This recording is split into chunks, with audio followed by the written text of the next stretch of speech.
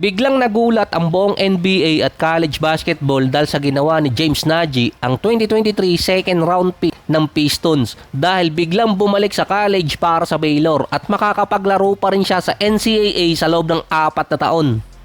Parang naging U-up na ngayon ang US NCAA, nag-sign ng isang professional player. Siya din kasi yung player na naging part ng Karl Anthony Towns trade papuntang Knicks dahil sa draft rights. Hindi naman kasi siya ang naunang player na mula NBA G League na punta ng college. 3 player na sila. Yung una, si Terry Darlan na naglaro sa G League Ignite pero hindi siya sumali sa NBA draft. Nakapaglaro na rin siya sa professional league. Siya yung unang player na naglaro sa G League tapos napunta sa college para sa Santa Clara ngayong taon din. Ang sumunod kasi doon si London Johnson na naglaro din dati sa G League na hindi siya sumali sa draft. Dati siyang teammate ni Scoot Henderson.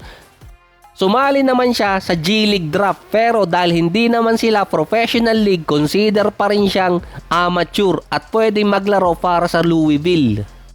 Kakaiba lang yung kay Nagy dahil siya yung player na na-draft na sa NBA pero naglaro lang sa Summer League, at katulad din na sa Sabonis at Franz Wagner, naglaro na siya professionally sa Europe bago napunta ng US. Ang loophole kasi doon, pinayagan siya ng NCAA na bumalik sa college dahil wala siyang official contract sa NBA, mapa 2-way contract or 10-day contract man lang. Hindi rin kinount ng NCAA ang Summer League kung saan naglaro si Nagy dahil mostly hindi naman contract ang binigay doon kundi per dime. Kesa maglaro sa ibang professional league ang mga gaya ni Nagy, kapag sila ay naging major player ng kanilang college team, pwede sila makakuha ng nil contract. Mas malaki ang kontrata na yon kaysa makukuha nila sa ibang liga, pwede lang kung EuroLeague.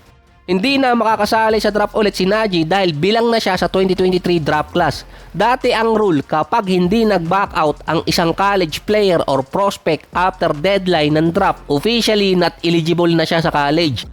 Or kaya kapag pumirma siya sa isang agent, officially alis na rin ang eligibility. Pero dahil sa nil contract na bago ang rule ng NCAA, tinawag na lang din kasing domestic version ng draft and stash itong si Nagy. Ito yung sumasali sa draft ng mga European or international player na kapag napili, hindi muna maglalaro sa draft year.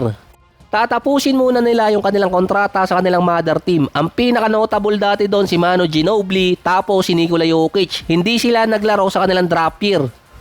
Sa NBA News naman, si Draymond Green at si Steve Kerr nagkasagutan noong nakaraan at naging reason, pagod na di umano si Draymond na bumantay ng mga mas malalaking sentro. Nag-evolve na kasi ang mga sentro ngayon. Hindi kasi mag-move on itong si Steve Kerr sa small ball lineup. Bago kasi yung insidente na yon, nagkaroon ng turnover si Draymond, biglang tumawag ng timeout at dun din siya nag-decide na pumunta ng locker room para magpalamig muna after makasagutan itong si Coach Steve Kerr. Bago din kasi yung insidente, sinabi na kasi ni Draymond kay Coach Steve Kerr gusto niya maging off the bench player. Hindi rin interesado si Steve Kerr na ibangko si Draymond. At hindi lang din kay Steve Kerr lumalayo itong si Draymond, pati na rin kay Steph. May sinabi din dati si Green na hindi na sila nagbabanding ni Steph kahit andun pa si Clay. Parang mas malapit na si Draymond kay LeBron. Dahil sa nangyari, ginawan agad ng mga trade rumors si Draymond. Siya kasi yung player na pwede magamit ng team para makakuha ng another all-star type player dahil sa contract. At kailangan naman ng mga teams ngayon draft picks, lalo na yung mga nagtatank. Sinabi rin ni Steve Kerr, hindi siya interesadong ialis or alisin si Draymond Green sa Golden State. Parang nasasayang na lang yung ilang taong natitira dito kay Steph. Awkward situation para sa kanya dahil hindi siya makapag-comment sa kanyang team, lalo na sa coach at sa player na matagal niyang kasama. Ayaw din ni Steph na magkaroon ng malalang issue sa locker room, lalo na sa chemistry. Siya lang lagi ang bumabalansi doon. Hindi nagre-request ng trade, hindi nagre-reklamo sa ka-teammate, hindi rin kino-call out ang coach or teammate kapag may mali. Talagang manghihinayang ka na lang kay Steph.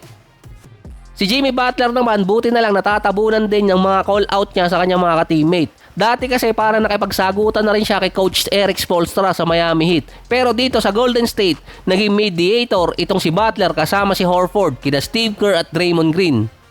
Nagkasundo na rin naman sina Draymond at Steve Kerr, kaso ando na yung lamat sa kanilang dalawa. Ipit na naman si Steph sa sitwasyon.